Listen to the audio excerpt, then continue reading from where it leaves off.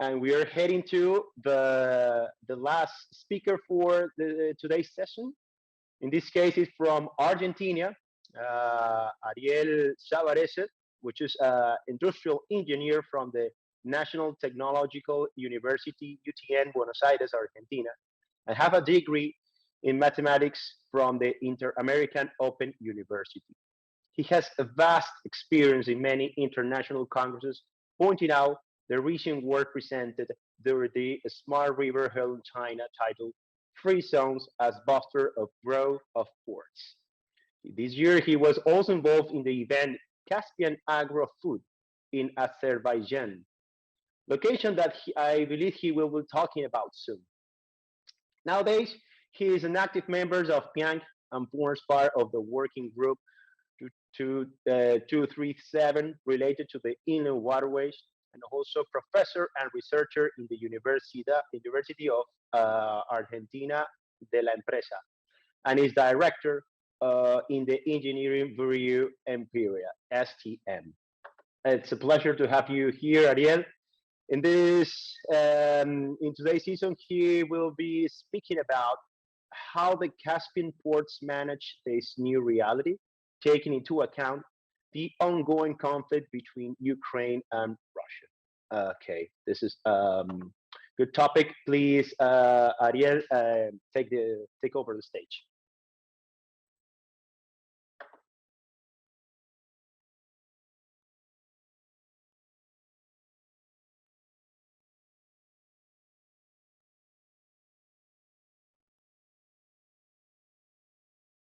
Can you?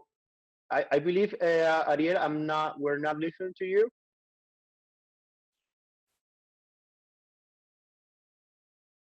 We are not. We're not listening to you, Ariel. Now you're listening to me? Yes. Now, right. Clearly. The third is a perfect. Well, first of all, thank you very much, Jose, for the presentation. It's a pleasure to me to participate in such important event. And yes, I'm going to talk about how the conflict between Ukraine and Russia is changing the global war, the global supply chain, and how the Caspian port manage this new reality. But first of all, I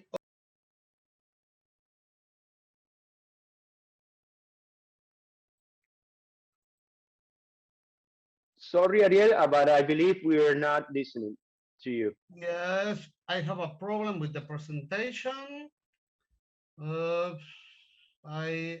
is again. All right. Okay. Now, I start again.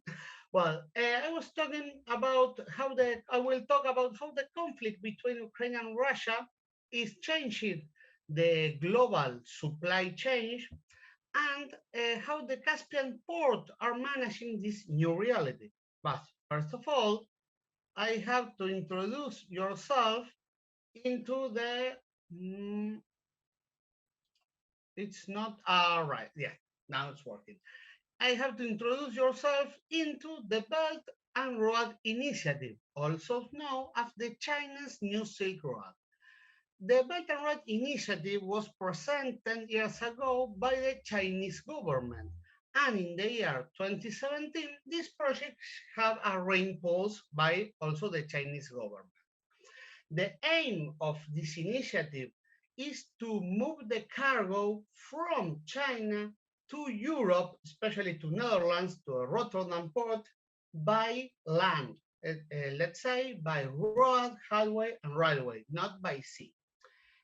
We have to understand that the New Silk Road is not just a technical initiative, a technical project, because if we see that like a technical project, we are going to see a lot of weaknesses. It's also a political one. But we are not going to talk about this political reason. We are going to talk just about the technical project. The Belt and Road Initiative is not one project. It involves several infrastructure projects between Netherlands and China. Of course, there are a lot of roads to go from China to Europe, but the most developed ones are those that cross the Russian territory because of the existing infrastructure and some political reasons. Well, this is the road. This is the actual road that start. Here I have the point, oh, the laser, that start in China, in the north, middle, and south China, they cross Mongolia or they cross Kazakhstan until Russian territory, and they cross all the Russian territory until Belarus, and for Belarus to Germany and Netherlands. Well, this road was working very good in the last 5 years, but the war started.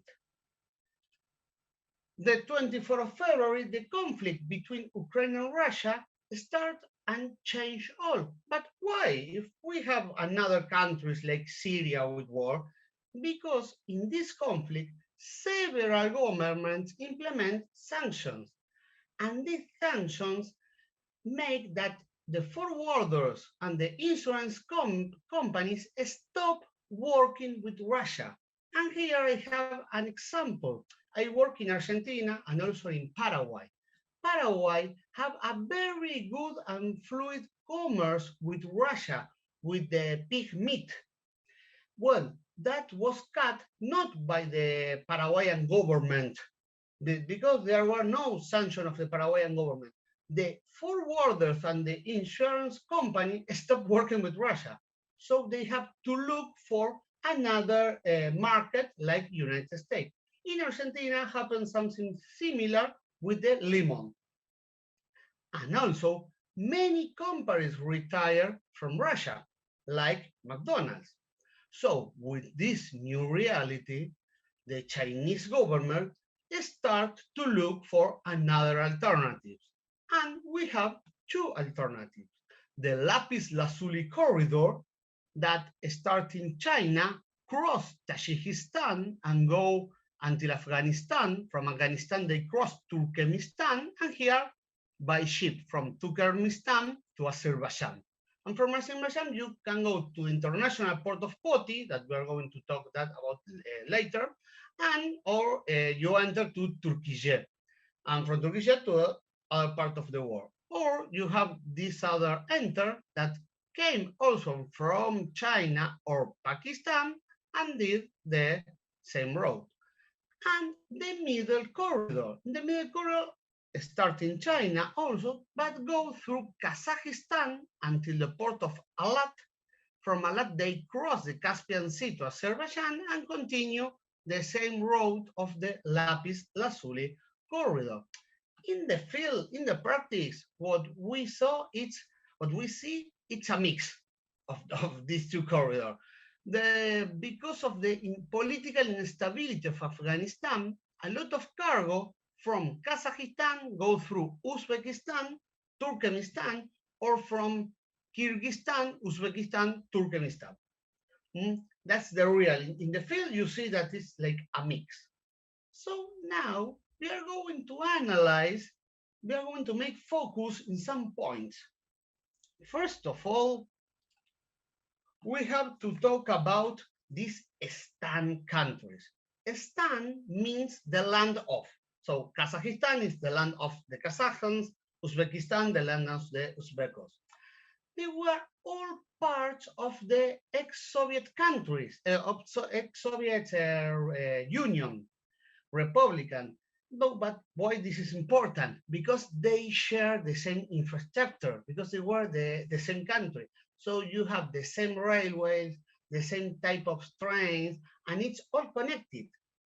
But when they split in 5 countries, we have the problem that everyone manage these railways, this traffic, the way they want. So, for example, if you want to go from Kazakhstan to Turkmenistan, you have to cross Uzbekistan, and Uzbekistan have their own rules. Also, another problem is the political instability. because, well, but why? Because in a lot of countries you have political instability. But here, in this region, when you have a political instability, there close the borders, and nobody go in and nobody go out. It's happened in like 4 months ago between Uzbekistan and Tajikistan that were a conflict in the border and they closed their border. And this is very important, except Kazakhstan, the rest are isolated and it's really very difficult to find information about the other four countries. So now we are going to make focus on the Caspian Sea. That is the aim of this presentation. The Caspian Sea, we call it sea, but it's really a lake, but it's the biggest lake of the world. To have an idea, it's bigger than Germany. The lake is bigger than Germany as a country. And it's shared by 5 countries, Russia, Iran, Turkmenistan, Azerbaijan, and Kazakhstan. It has a vast oil and gas reserves. And in the year 2018, there was a convention on the legal status of the Caspian Sea that was an agreement between these 5 countries to share their reserves of oil and gas and their fishing, because the Caspian Sea is the home of the caviar. So since that year, there were no problem between these 5 countries. We continue focus in the Caspian Sea. So we have to talk about the trans-Caspian commerce. Well, we love the cargo, the container vessels, the cargo, but we have to say that the most important traffic in the Caspian Sea are ro-ro and ferry. People, they travel from one country to other with passenger. Then we have container vessel and general bulk cargo and livestock. That this is very important. Kazakhstan, they have an agreement with SENASA. SENASA is the Argentinian institute that regulates the meat for this type of commerce. And also they have a very important service to the platform, offshore platform of oil and gas. The main flags are Russia, Azerbaijan, and Kazakhstan. And the main roads are Baku Alat, Baku is Azerbaijan, to Aktau in Kazakhstan. A container vessels, we are talking about a 2 days round trip with almost 10,000 teus last year. And the Baku Alat Turkenbash, this is Azerbaijan to Turkmenistan. A container vessel is a little less, and with 3,700 teus. But what is important here is that there is reefer commerce. Almost 900 teus are reefer. Well, now we are going to see some examples of the vessels. Well, here we have the Atakameten. It is a ship from Kazakhstan, a container vessel that is almost 300 teus of capacity, and this is the average capacity in the Caspian Sea. What is very important to remark is the same as you have the Panamax type or the handysize type, that they have their similar characteristics, their own characteristics. We have a vessel for the Caspian Sea. We have a Caspian type and also a Volga Don Max type, because from the Caspian Sea you can enter into the Volga Don waterway, but this is an important traffic, but we are not going to analyze in this presentation. So all these ships share similar characteristics, and they are called Caspian type or Volga Don Max type. Well, here we have a ship from a Russian flag, the Krasmosor Modov, that is a multi-purpose, and these two are from Azerbaijan. This is a ferry with a capacity of 600 passengers, and here it is a service ship, the Suleiman Besirov, that is a service ship for the oil platform. Well, now we are going to talk about the Caspian port. We are going to start with Turkmenistan, the Turkenbashi port. As you can see in the description, it's a very huge port for the transit that we are talking about. You have a capacity of 400,000 TEU per year with two STS cranes. And you see, just like before, that from Kazakhstan, from Turkmenistan to Azerbaijan, you have only 4,000. Why this? Because that's the way that the Turkmenistan wants to afford this new reality. They have a lot of infrastructure, they expend money, and well, they are waiting now the traffic, this new traffic that will come. As you can see here, I remark these two characteristics in red because they are common to the other two ports. The maximum draft of 6 meters, 6.6 meters, and the maximum length of the ship of 160 meters. This is because they are standardized ships, the Caspian type. Well, here also to remark that they have silo capacity, although even Azerbaijan or Kazakhstan or Turkmenistan, they are agricultural countries that have a capacity of grains, but they have this capacity. And like a note of color, they have a Guinness World Record because the Caspian is below zero. So this is the biggest port below zero in the world. So then we are going to talk about the Aktu port in Kazakhstan. Here we saw that it's a big port, an important port, not as big as Tukermasin, but with different cranes, more prepared for general cargo. And here I put the key of this port. The key of this port is the excellent railway connection. But why this? Kazakhstan is as big as Argentina. It's the seventh biggest country in the world. To have an idea, from going to Aktau, that is in the port, in the sea, in the Caspian Sea, to the capital, Astrakhan, that is in the middle of the country, it's 3,000 kilometers. It's the same distance from going to Lisboa to Moscow or Oslo.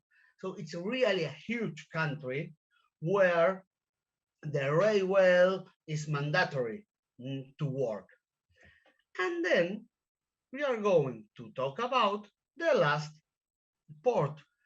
This is the key port. This is the port of Alat. But why I talk Baku Alat? Because the port was, I mark here, was in Baku. Baku is the capital of Azerbaijan. And they, 15 years ago, they decided to start a new project in Alat. And it Alat, I marked there, it's a small city 1 hour away from Baku. So it's the most modern port of the Caspian Sea. And why this is the key port? Because it's received the cargo from Kazakhstan and Turkmenistan, also from China. It's end here. And from here, you go directly by railway to the port of Poti in Georgia.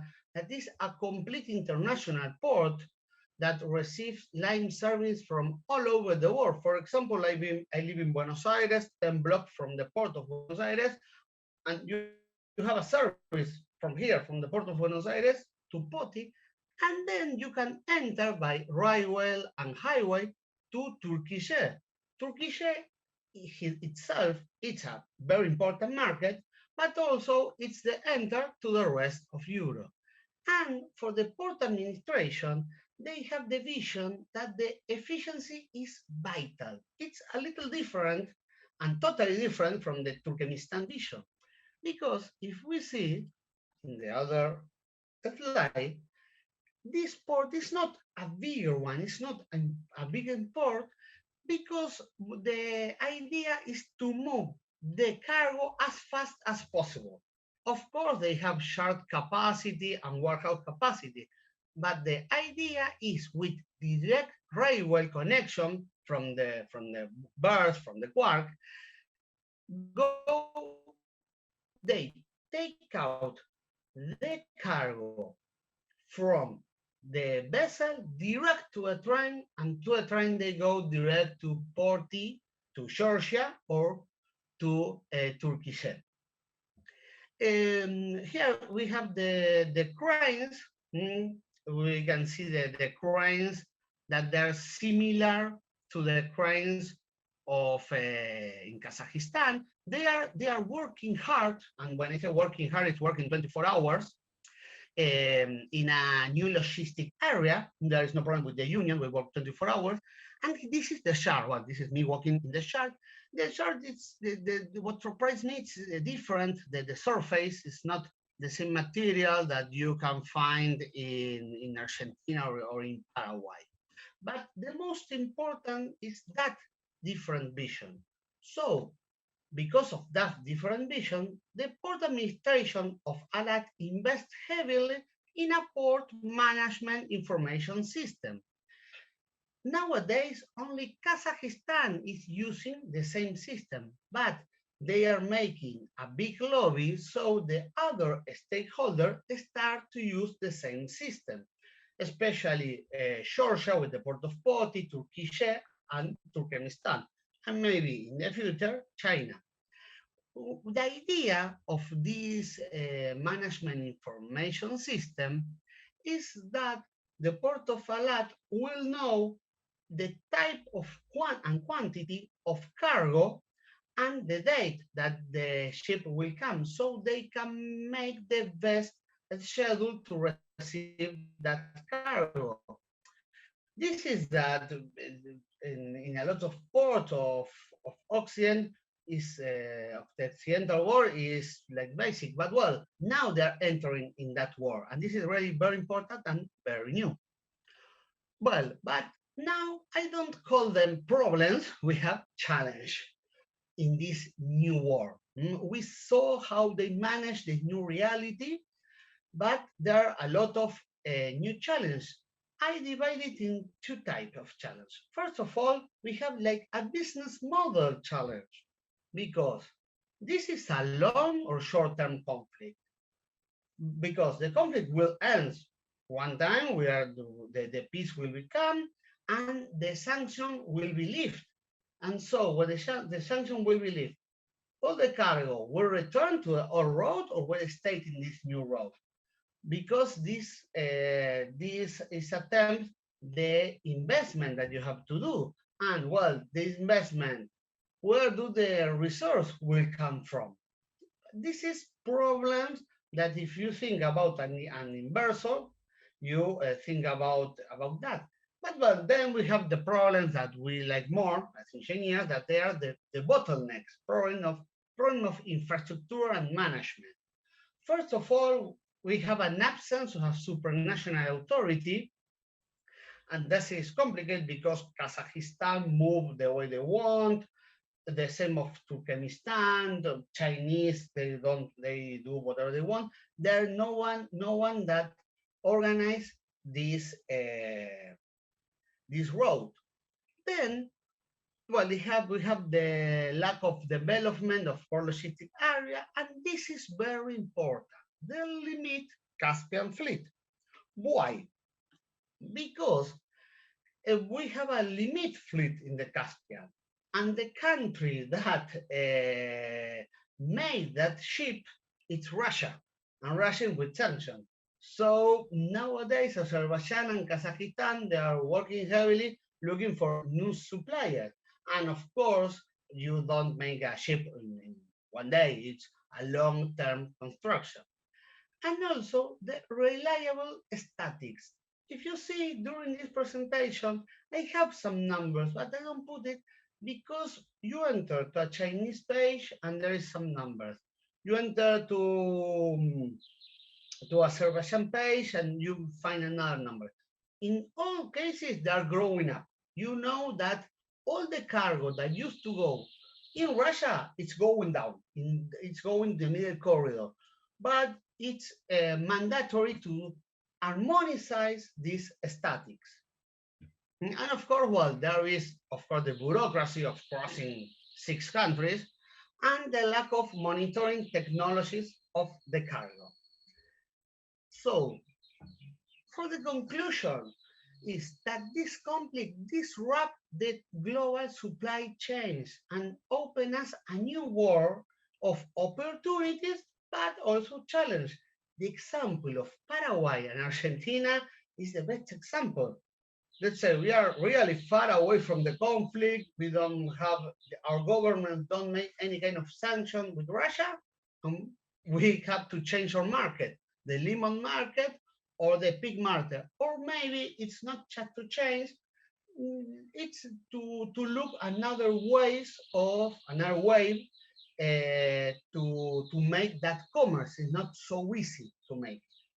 It's necessary to analyze this new supply chain, especially the Caspian Sea area, to understand it because it's changing the world and to propose improvements to this new reality. Nowadays, this topic is analyzed like an annex in the working group that I am part for because, well, as Jose told, I was in Azerbaijan, I saw this new reality, and I talked with the chairs, Mr. Ivan Kramer and Mrs. Laurie Rocks, and we agreed that it was so important, so I start working like an annex. But it's necessary to make a bigger and deeper analysis of this new reality. And for the last but not the least, this is a note of the ADI container. ADI container is like it's the national railway company of Azerbaijan that during the last 10 months, the cargo transportation increased 45%. Of course, this stress all the system in all parts of the world. I imagine in Buenos Aires in 10 months increased 45%. It's stressing very hard the system. And here is the date. It's middle November of this notice. So that's why it's mandatory to start searching about the information, try to understand how these ports are the strategies of this port to manage because they are totally different, and to understand the new road of the product. Well, of course, this is a quick overview of the of the problem. I try in 25 minutes to explain more than 5 months of work.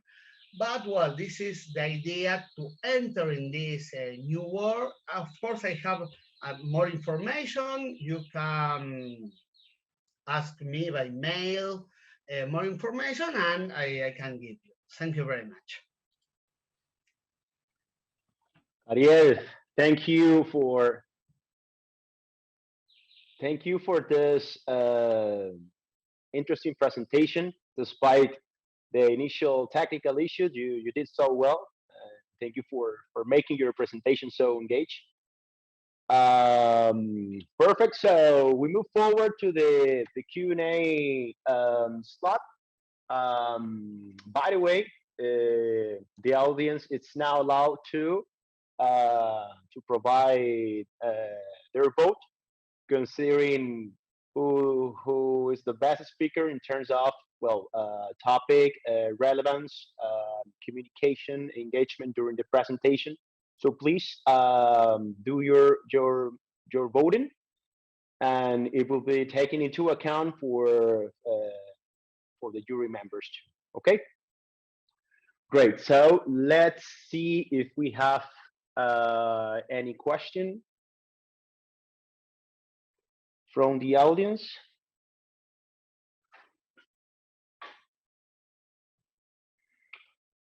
Okay, while we were waiting, actually, I have a question, Ariel.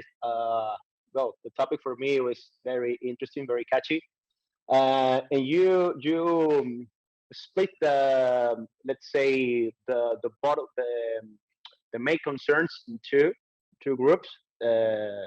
One was the business model, and the other one was the bottleneck spot. Okay, and one of your reflection was about who is investing, who's going to provide the investment for the whole infrastructure. And I was wondering, um, nowadays, who are the infrastructure investment finance? How is financed right now? Right now, the finance is from China, really. That's why I thought that this is not just a technical issue, it's also a political issue, because of course China give you the money with some conditions. Let's say if we think this like a technical issue, to take one container to cross 6 countries to go to Europe to have maybe 10 days less of transit time or 1 week less of transit time, I prefer to put it in a ship. But we have to understand that we have another reason. So nowadays it's China, but Okay. they are working hard to more investment. Okay. Great. Thank you. Okay, let's check if there is any question drop in the chat box. Okay, so no question. I think your presentation was very clear. Uh, okay, here from one question from the jury members. Ariel, interesting what you said about the parallelism between your experience at the Caspian Sea and other situations in which the political context create changes in the traffic network. Do you think you can use this knowledge to also deal with similar situation in our continent?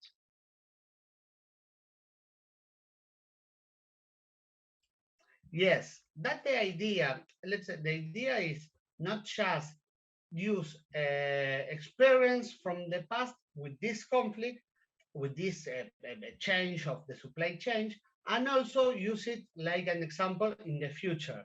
That's why we are working. I am working hard with the Big E, because it's an excellent example how one thing that happened in one part of the world changed all.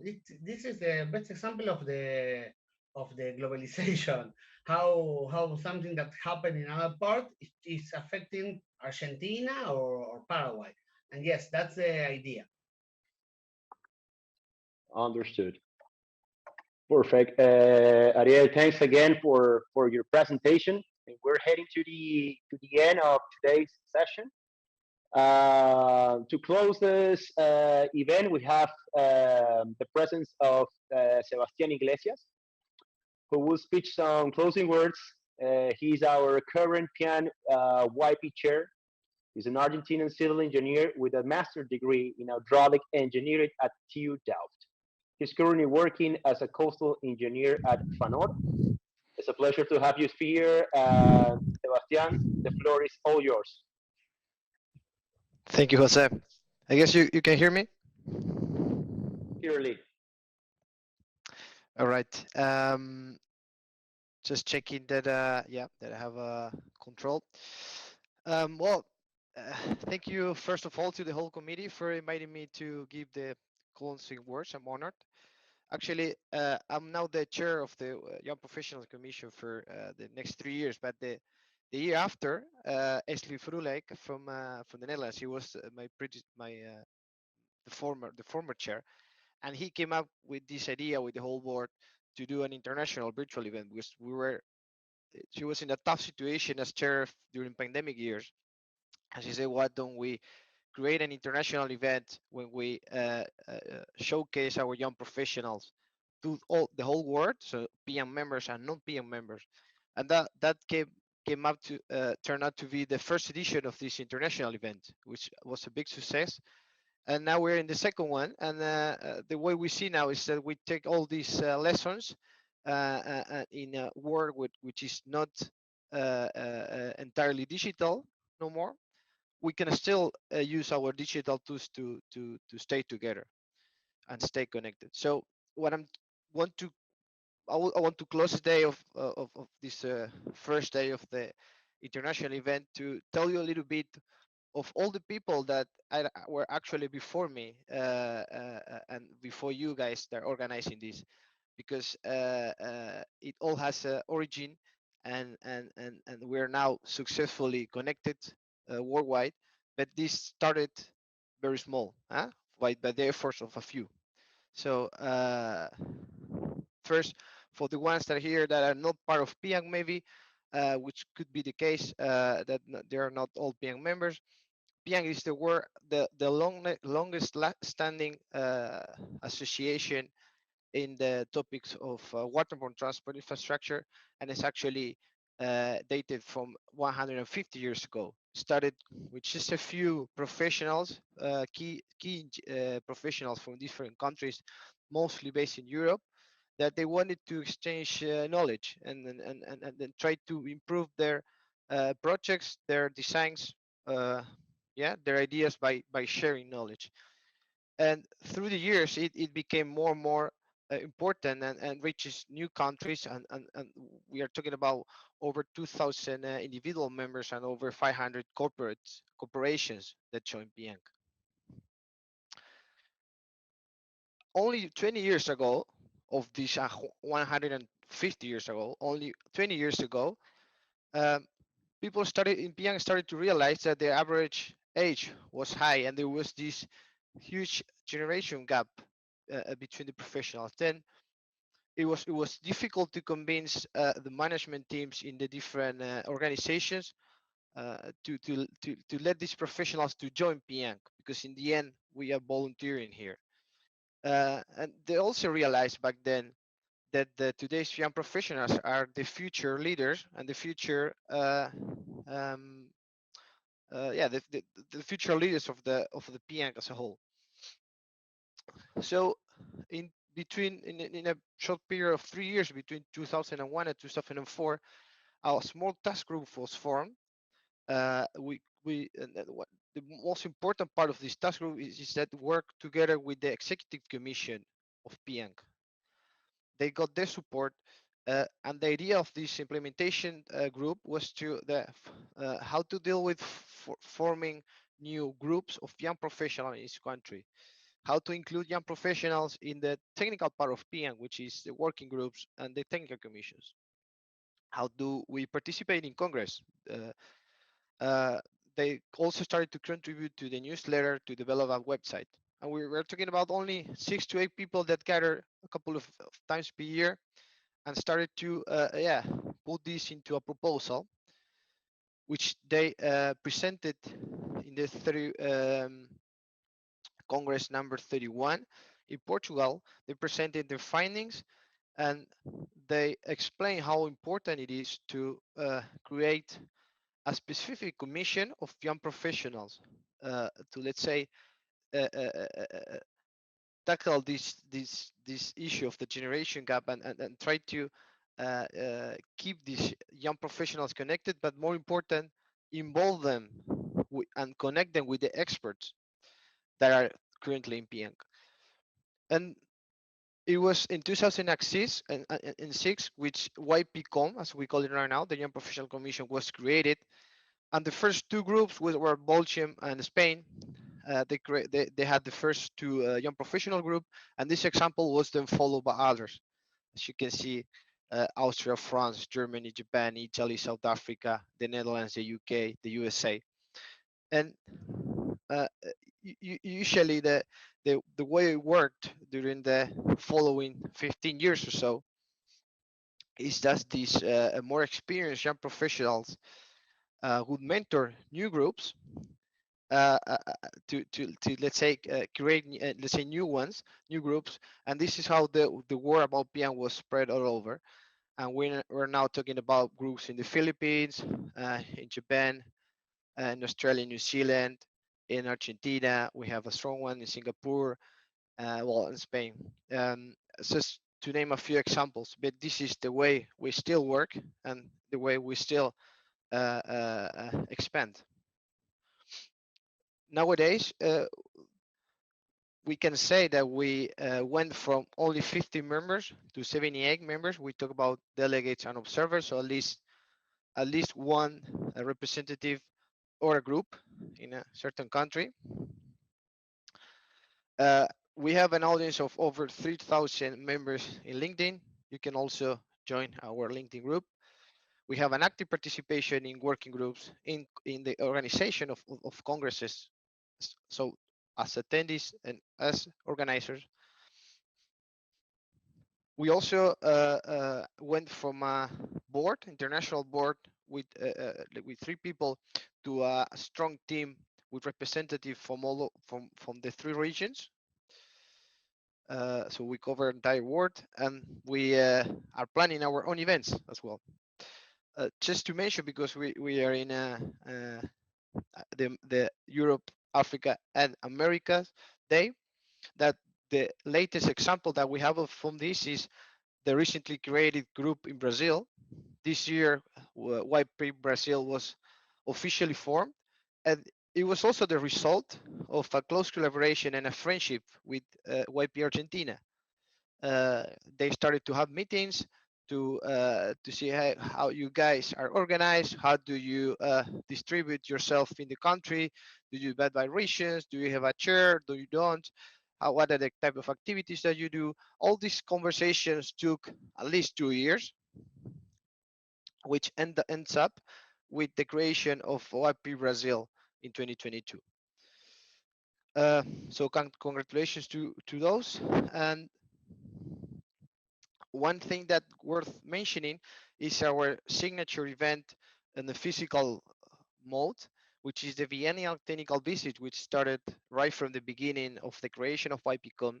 And every 2 years, certain country will host young professionals from all over the world, and they will connect them with the experts of a country through a seminar, followed by a high-level technical visit to the key infrastructure in that country. Next year, that will happen in April in Fort Lauderdale in the US. So we're looking forward to it, and you're all invited. And then to wrap up this presentation, as I say, we have physical events again, but we also learned that that the digital transformation in PIANC is necessary, that that we can take a lot of advantages from online events, and that's why we wanted to organize this second edition of the International Virtual Event. Today we have 3 amazing presentations. We have an overview of Argentinian professionals from Leandro, who told us about his experience as an expert from the port of Buenos Aires. We have a really nice overview of how it works in the ports in Brazil. And we also have a great experience from Marielle, who crossed the entire world to bring us knowledge from the Caspian Sea to our continent. And for tomorrow, we'll have a presentation from YP Chapon about maintenance technology of weight dissipating works using 3D data. We have presentation from Nerea Palacios from YPCom Spain and UK about the construction challenges during a worldwide pandemic in the remote Shetland Islands. And we have presentation for Nathaniel Buldo from Australia, who will talk us about solutions to assessing and strengthening aged timber marine infrastructure. So I think we have a great agenda ahead for tomorrow for the ones that can attend in an easy time, and we're looking forward to it. So congratulations to you guys for the great organization, and everything is going really smooth, I think. Thank you, Sebastian, for this closing word. You capture very well the potential and the advantages to be part of this great community, which is PIANC. And I encourage also the audience who's not member yet to go for it and keep participating of this kind of international events and all the others activities that PIANC has. Thank you very much again, Sebastian. Okay, so we're now heading to the end, and we have first the result Yeah, from we have the winner. We have the winner. we have the winner. We have the winner. Yes. So the pool was very tight and competitive, according to the jury members. But It was. The audience has spoke, and I believe we have a winner, isn't it, Rocio? Yeah, we have the winner. So the winner is Dun, dun, Drums. dun. Ariel Jose Savarese. Congratulations, Ariel. You will receive a diploma from PIANC. Great job. Thanks to the other speakers Thank we you. had Thank you very today. much. Uh-huh. Well, for me, you guys won everything. Thank you very much Yeah, for thank you this so much. tremendous support. Thank you, Actually, Leandro and Joao. And I also want to thank the attendees for staying with us until the end. I hope you enjoyed the presentations we had today. So as Sebastian said, tomorrow we will have 3 more awesome presentations. The event will start at 9 a.m. UTC +1. See everybody tomorrow. Jose, do you want to say anything else?